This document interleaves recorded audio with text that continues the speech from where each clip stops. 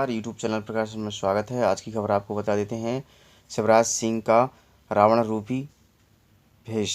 तो बता देते हैं कि मध्य प्रदेश की सरकारों ने मध्य प्रदेश के अतिथि शिक्षकों के साथ आज तक नियमितीकरण नहीं किया और इधर शिवराज सिंह चौहान जी ने अपना रूप बदल लिया है। आप देख पा रहे होंगे कि मध्य प्रदेश का अतिथि शिक्षक संघ आज कितना अखुश है। सीएम के डेंजर अवतार से जनता कितनी खुश है, वही रूप के विषय में आपको बताएंगे कि शिक्षक बनने का इंतज़ार, दीपावली के दिन ही मौत को गले लगा लिया अपात्र नरेंद्र सिंह ने। आपको बता देते हैं कि मध्य प्रदेश के मुख्यमंत्री श्री शिवराज सिंह चौहान की सरकार में आज अत्याचार, भ्रष्टाचार, लूटखोर अपराध, बेरोजगारी, विध्वंसकारी, महिला अपराध एवं मिलावटी दंगा फसाद, ये सारे क्रम मध्य प्रदेश के मुख्यमंत्री श्री शिवराज सिंह चौहान की सरकार में हो रहे हैं। इसी तरह से आपको बता देते हैं कि मध्य प्रदेश की सरकार ने हमारे मध्य प्रदेश के सभी अतिथि शिक्षकों का नियमितीकरण आज तक नहीं किया और 14, 15, 16 वर्षों से सरकारी स्कूलों में पढ़ा रहे थे और पढ़ाने के बावजूद आज उन्हें एक गेंद में रन आउट कर दिया। उन्होंने कहा था कि मध्य प्रदेश के अतिथि शिक्षक कुछ नहीं कर सकते। तो ये तो हम आने वाले नवंबर 2023 के चुनाव में बताएंगे कि मध्य प्रदेश के अतिथि शिक्षक क्या नहीं कर सकते, क्योंकि वो मध्य प्रदेश के अतिथि शिक्षक ही थे जो आज राजा बने बैठे हो। और ज्योतिराज सिंधिया ने अतिथि शिक्षकों का सहारा लेकर आज वो राज्य में चले गए और उड्डयन मंत्री बन गए और अब मुख्यमंत्री के बनने पर तैयार हैं। कभी ना कभी मध्य प्रदेश के अतिथि शिक्षकों के हवाले तो पढ़ोगे, जब अतिथि शिक्षक का आक्रोश कितना फूट फूट कर रो रहा है। उनकी आत्माएं तुम्हें बद्दुआएं देंगी। आज कई के घरों में दिए नहीं जल पा रहे हैं और वो नियमित नहीं हो पा रहे हैं। इस कारण से उनके घरों में लड़ाई झगड़े तगड़े हो रहे हैं, क्योंकि हमेशा घरों में लड़ाई झगड़े पैसे को लेकर होते हैं। और जब मध्य प्रदेश के अतिथि शिक्षकों की सैलरी समय से नहीं मिलती है तो कई घरों में दिए नहीं जल पाए। दीपावली के शुभ अवसर पर आपको बता देते हैं, ऐसे कई घर हैं जिनके अतिथि शिक्षकों की सैलरी ना आने के कारण उनके घरों में दिए नहीं जल पाए। इस कारण से मध्य प्रदेश की अतिथि शिक्षक जो है पब्लिक वह भड़की हुई है और मुख्यमंत्री जी ने इधर एक ही गेंद में सारे अतिथि शिक्षकों को आउट कर दिया। यानी कि 24 तारीख को 24,000 अतिथि शिक्षकों को बेरोजगार कर दिया। ऐसा मुख्यमंत्री देश में पहली बार देखने को मिला। इधर माननीय शंभू भैया आ रहे हैं और भोपाल की धरा पर बहुत जल्द तारीख निश्चय करके महान आंदोलन होगा। सभी अतिथि शिक्षक एकजुट में रहें और आपका शंभू भैया भोपाल की धरती पर धरने आ रहा है। माननीय मुख्यमंत्री श्री शिवराज सिंह चौहान जी, आपको अवगत करा दें, हमारा शेर भोपाल की धरती पर बहुत जल्द दहाड़ेगा।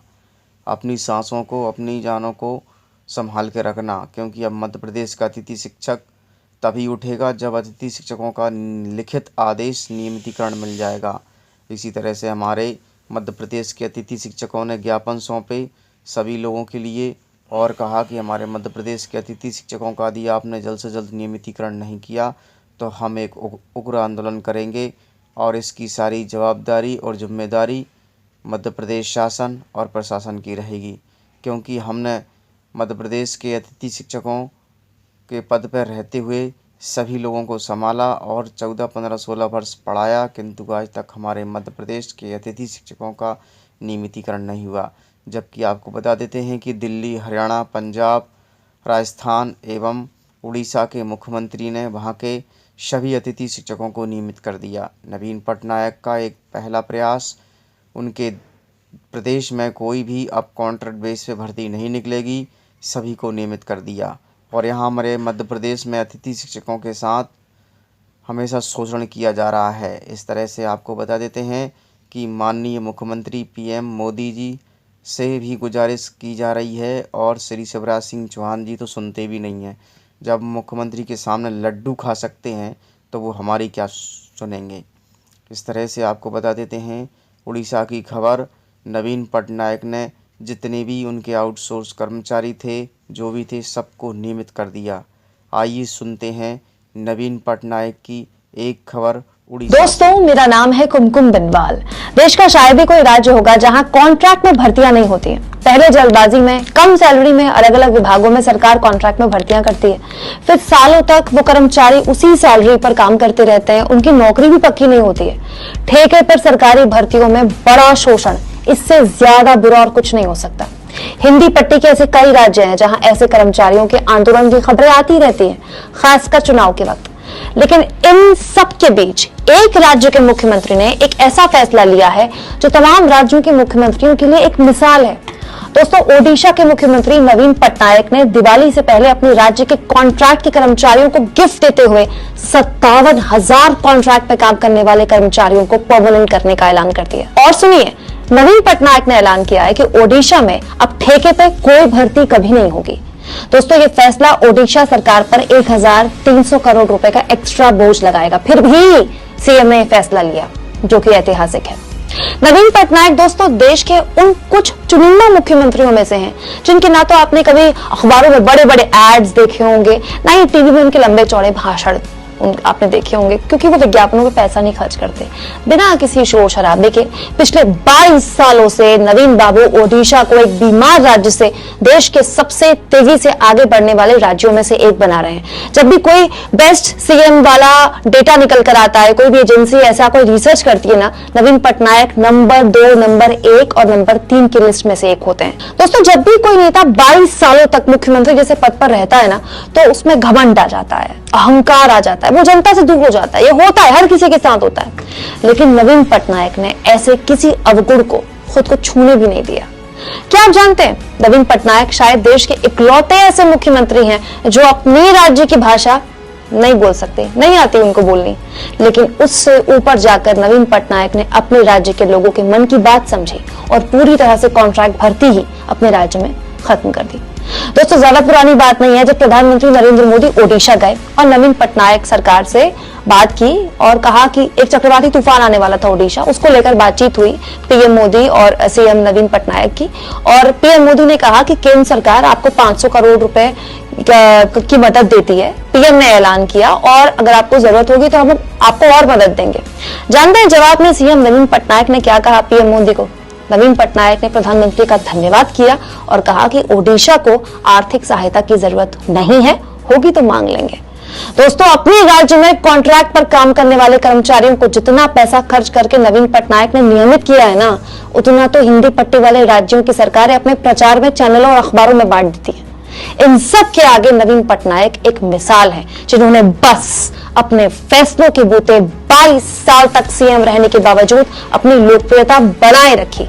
पॉलिटिक्स हो तो ऐसे ही। आप सुन रहे हैं इन आक्रोशित युवाओं को, और इनके दर्द को भी, इनकी परेशानी को समझना होगा। ये जो आखिर में 2 बातें थी बड़ी महत्वपूर्ण थी कि एमपी एमएलए अपनी पेंशन क्यों नहीं खत्म करते, या इनको इतनी पेंशन क्यों मिल रही है। और आपको जानकर हैरानी होगी, बहुत से राज्य ऐसे हैं जहां हर टर्म में विधायक को अलग अलग पेंशन मिलती है। यानी अगर मान लीजिए वो 2 बार का विधायक हुआ तो 2 बार पेंशन मिलेगी अलग अलग, 3 बार का हुआ तो 3 पेंशन मिलेगी अलग अलग।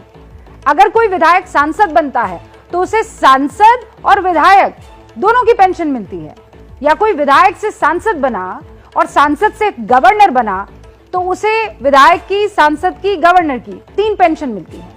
और हमने बहुत रिसर्च की और बहुत रिसर्च के बाद ये तैयार रिपोर्ट आपके लिए की है। ये वो डेटा है जिसको आपको बहुत ध्यान से सुनना चाहिए। एक एक राज्य का हाल मैं आपको बताती हूँ। इसी साल मार्च में पंजाब में मुख्यमंत्री भगवंत मान ने फैसला लिया कि एक विधायक को एक ही कार्यकाल की पेंशन मिलेगी, जिससे 5 साल में पंजाब सरकार के 80 करोड़ रुपए की बचत होगी। अब इससे पहले क्या होता था पंजाब में, ये भी समझिए, और बहुत दिलचस्प है। पंजाब में नेता जितनी बार विधायक बनता उतनी बार उसे पेंशन मिलती। जैसे पहली बार विधायक बनने पर विधायक को 75,150 रुपए की मासिक पेंशन मिलती।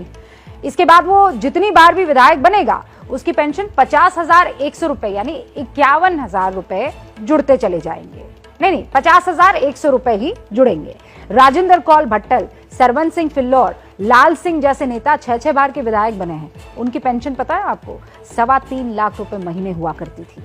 अब जरा ये भी देख लीजिए कि हरियाणा में क्या होता था। यहां भी पूर्व विधायकों की खूब मौज है। पूर्व विधायकों की। 1 जनवरी 2016 के बाद एक बार का कार्यकाल पूरा करने वाले विधायक को 50,000 रुपए प्रति महीना पेंशन मिलती है। इन 5 सालों के बाद वो जितने भी साल तक आगे विधायक रहेगा उसकी पेंशन में 2,000 रुपए जुड़ते चले जाएंगे। हरियाणा अपने विधायकों की पेंशन पर सालाना 30 करोड़ रुपए खर्च करता है। अब जरा बिहार का हाल जान लीजिए। यहाँ विधायकों और एमएलसी को कितनी पेंशन मिलती है उस पर नजर डालिए। बिहार में विधायक और एमएलसी को 35,000 रुपए प्रति महीने की पेंशन मिलती है। इसके अलावा हर बार चुने जाने पर हर साल पेंशन में 3,000 रुपए बढ़ जाते हैं। बिहार में 9 बार के विधायक रमई राम की मासिक पेंशन 1,46,000 रुपए है। देश के ज्यादातर राज्यों में विधायक की पेंशन का यही आलम है।